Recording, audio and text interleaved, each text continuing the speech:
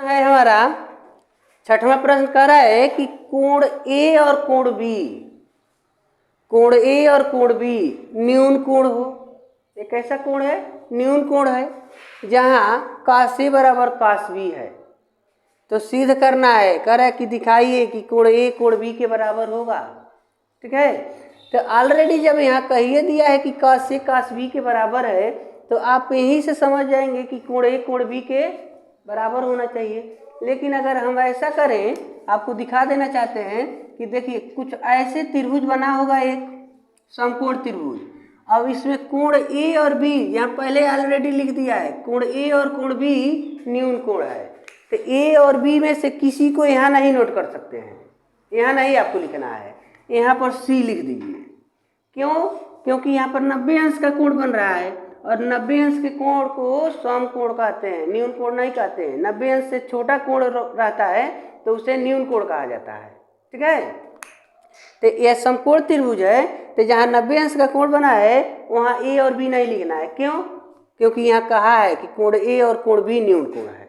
लेकिन हम ये तो हमको पता चल गया, लेकिन हमको ये दिखाना है कि कोण ए और यहाँ कोण बी रहा होगा, तो ये दोनों कोण एक दूसरे के बराबर रहे होंगे, एक दूसरे के बराबर, क्योंकि बराबर ने सिद्ध करने को कहा है।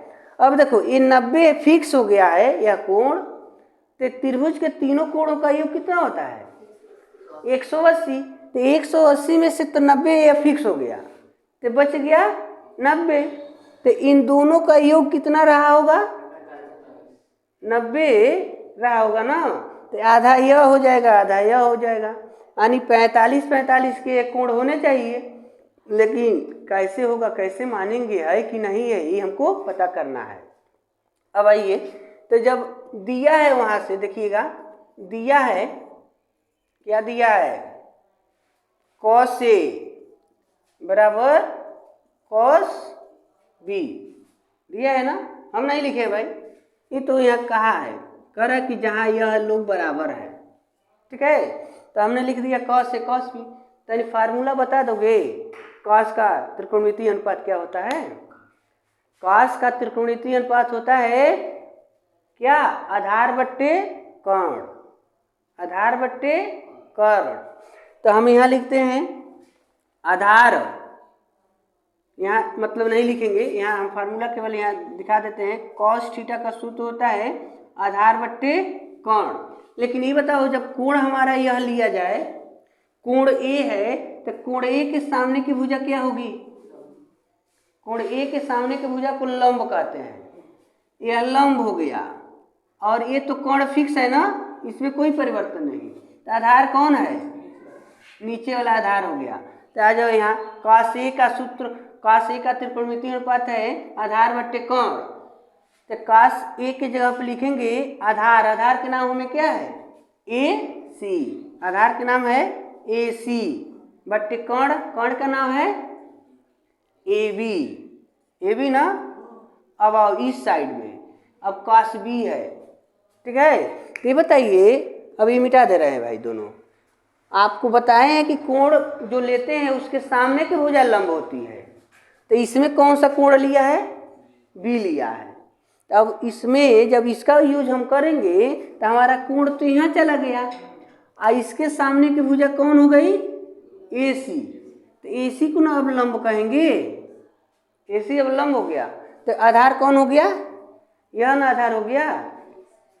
तो हम लिखेंगे यहाँ पर आधार, आधार के नाम है BC, आधार के क्या नाम है? आधार है ही नाम है आधार, तो हो गए BC। अब कर्ण तो बदलेगा नहीं, कर्ण तो यही रहेगा AB। ठीक है, अब दोनों साइड देखो तो क्या बराबर दिख रहा है? दोनों साइड में क्या बराबर दिख रहा है? AB, दोनों का हर बराबर है तो हर काट दो, क्या बच गया? AC बराबर BC। ठीक है, तो छठवें लेसन में एक प्रमेय है, इसके पहले कहता है कि त्रिभुज के बराबर भुजा के सामने का कोण बराबर होता है, त्रिभुज के बराबर भुजा के सामने का कोण बराबर होता है। आज तुमको यहाँ दिख गया ना, AC भुजा BC भुजा के क्या है? बराबर है, यानी AC भुजा BC भुजा के बराबर है।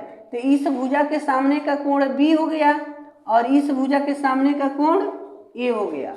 तो आप यहाँ लिखेंगे अतः बराबर, यानी प्रमेय है बराबर भुजा के सामने का कोण बराबर होता है। ठीक है, बराबर भुजा के सामने का कोण बराबर होता है। तो क्या कह देंगे, तो AC दिख रहा है, तो AC के सामने AC भुजा के सामने के बा B बने, तो कोण B और BC भुजा के सामने कोण A। तो आप कहेंगे ना कोण A बराबर कोण B होगा, यही ना सिद्ध करना है। तो ऐसे लगा सकते हैं प्रश्न को, नहीं तो आप बहुत तो अच्छे पर्सन हैं, सब फार्मूला आपको याद है, तो आप कह सकते हैं कि यदि, देखो ये तरीका हो गया, हमने बता दिया कि कोण A कोण B के बराबर है।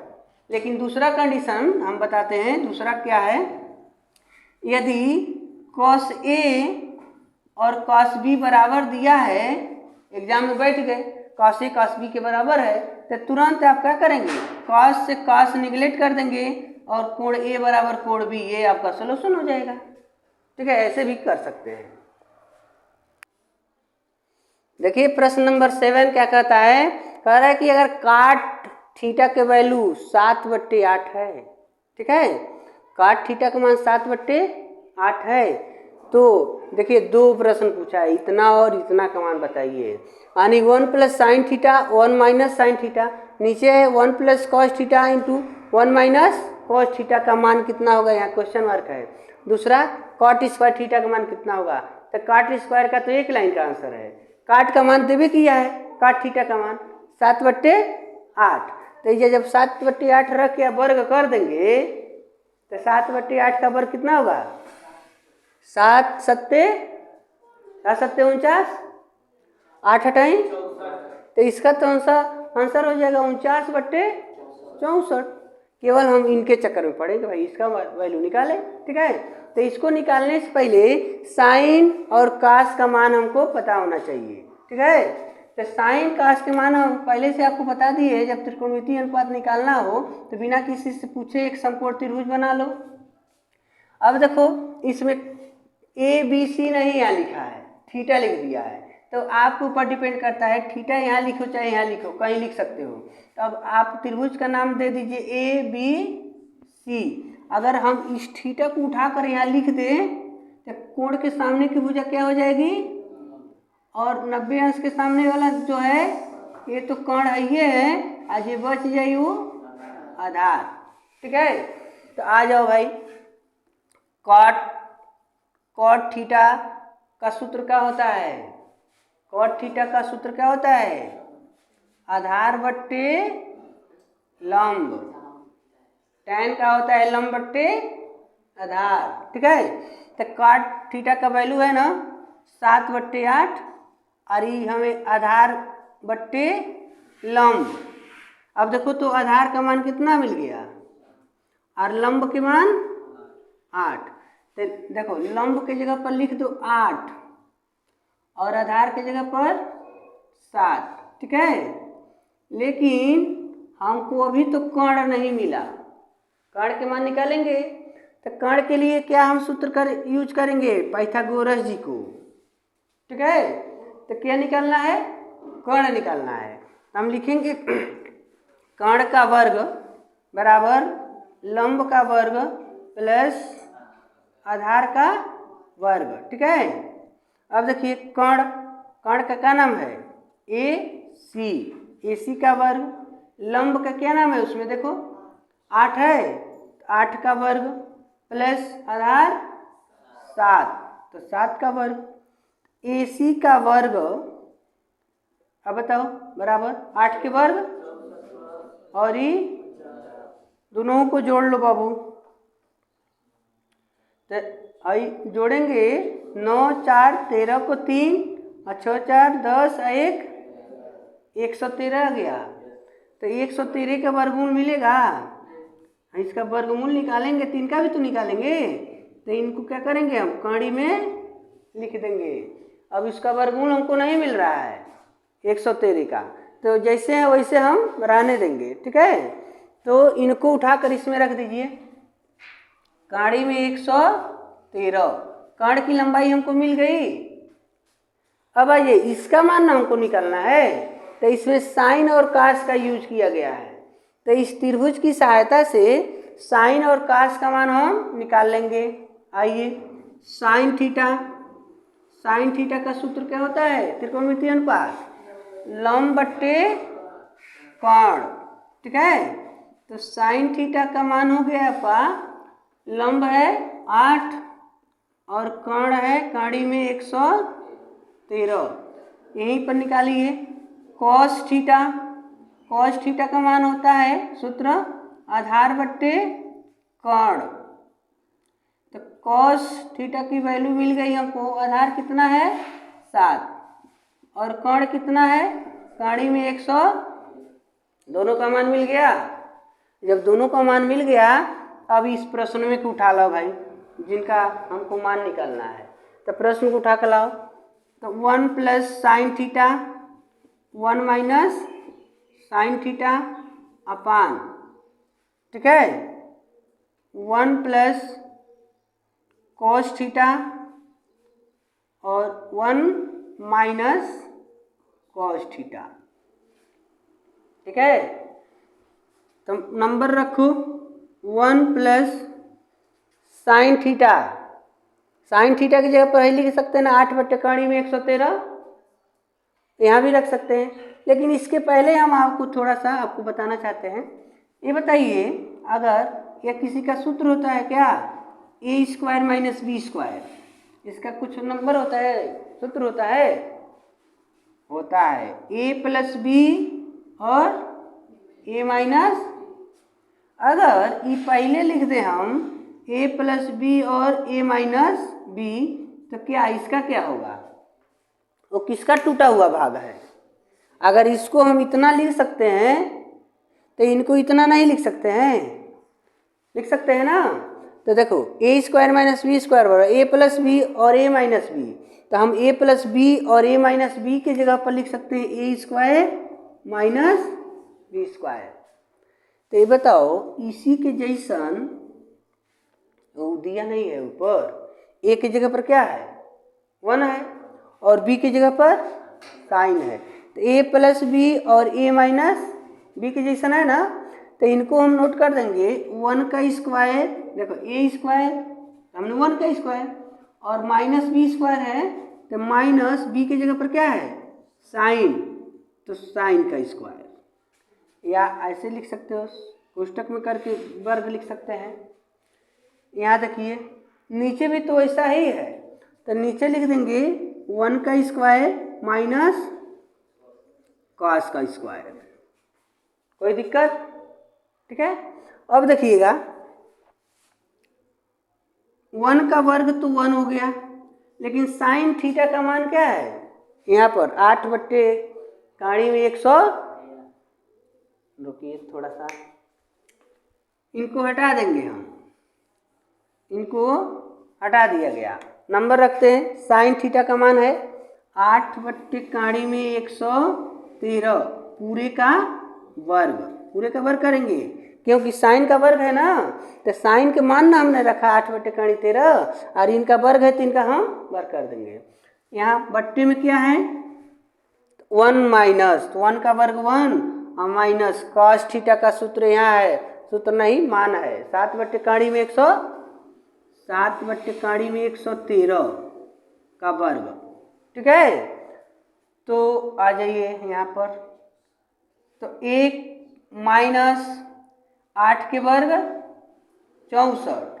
आज जब यहाँ देखो काड़ी में 113 है ना, तो जब काड़ी 113 का वर्ग करेंगे तो क्या होगा, केवल काड़ी हट जाएगी, काड़ी केवल हटा देना है, तो हो जाएगा 113 पूरा का नीचे बट्टे लिखो।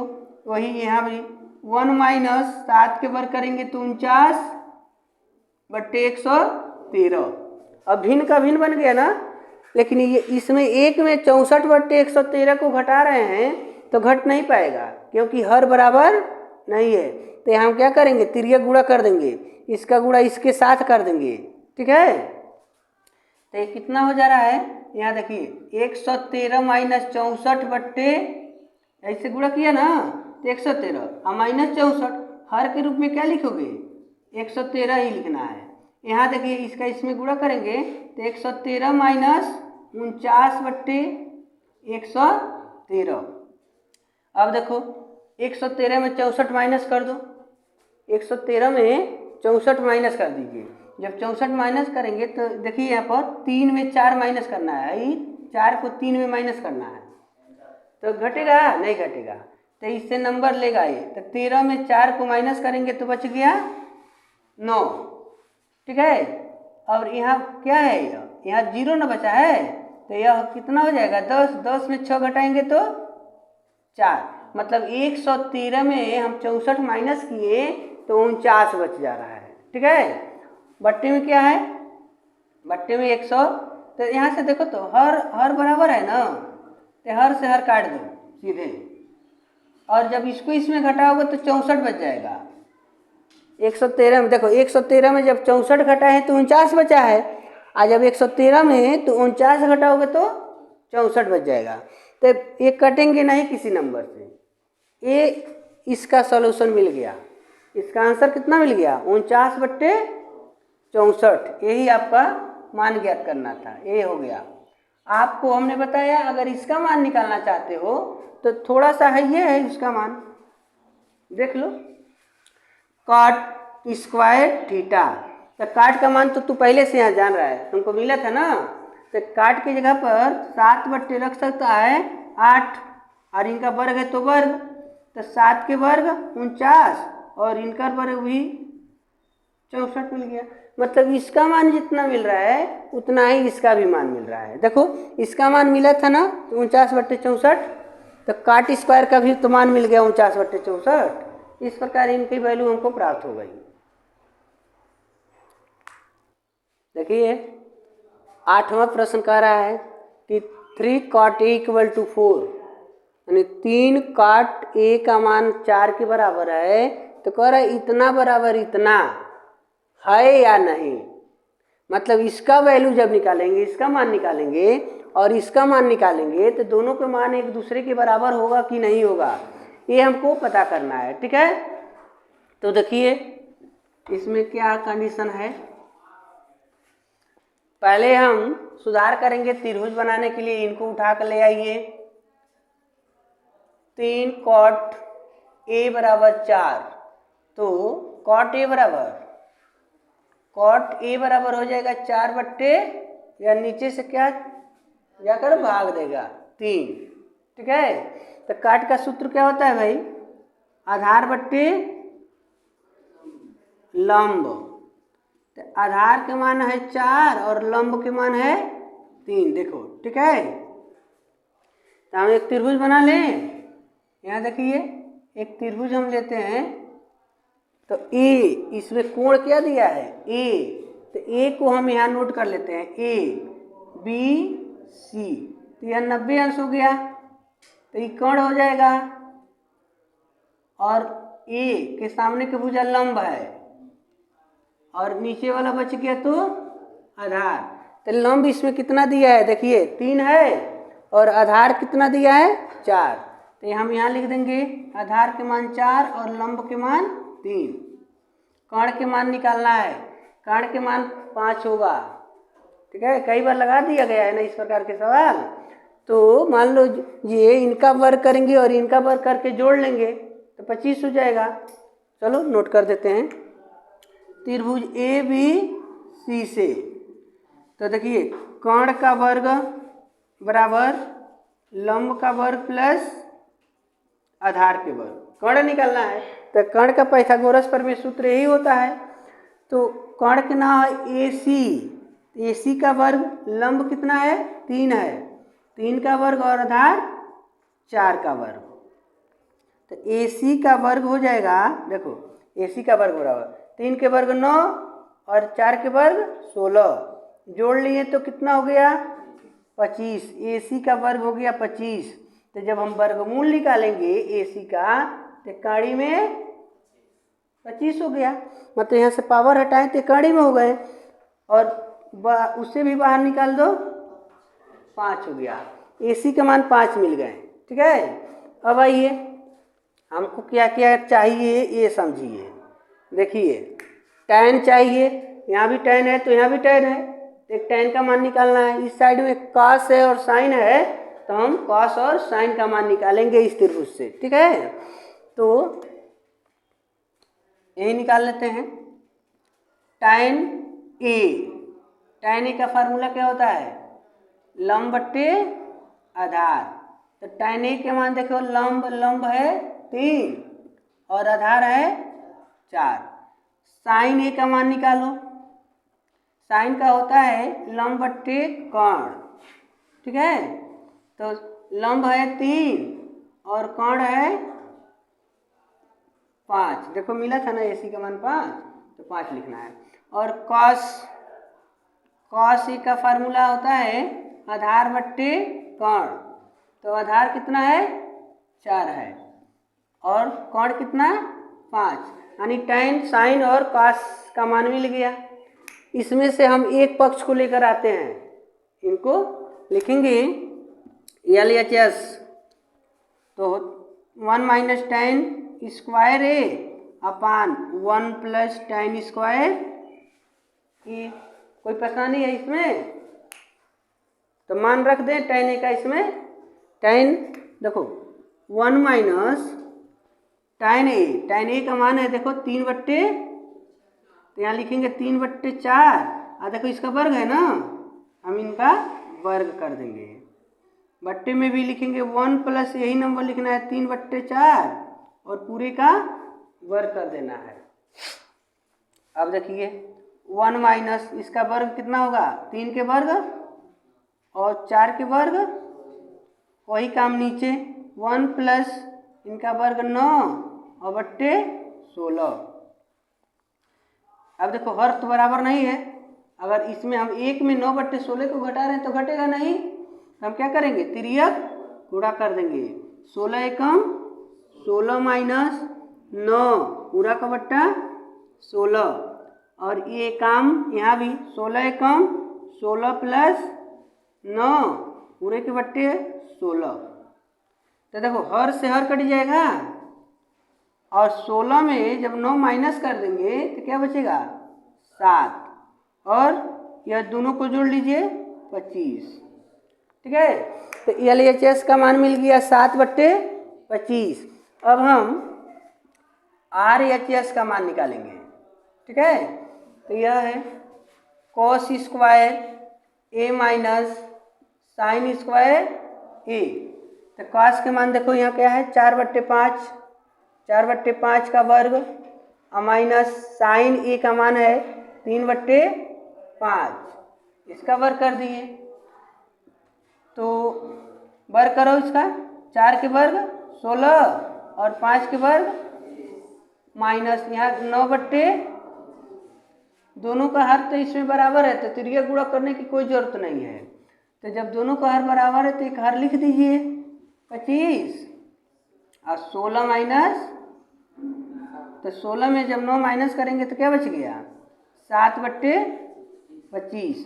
अब देखिएगा LHS का मान है 7/25 और RHS का मान भी हमको मिल गया 7/25। प्रश्न पूछा था कि इतना बराबर इतना है कि नहीं है, तो बराबर तो है, बराबर मिल गया ना। तो लिख देंगे तो LHS बराबर RHS, यह सिद्ध होता है। ठीक है।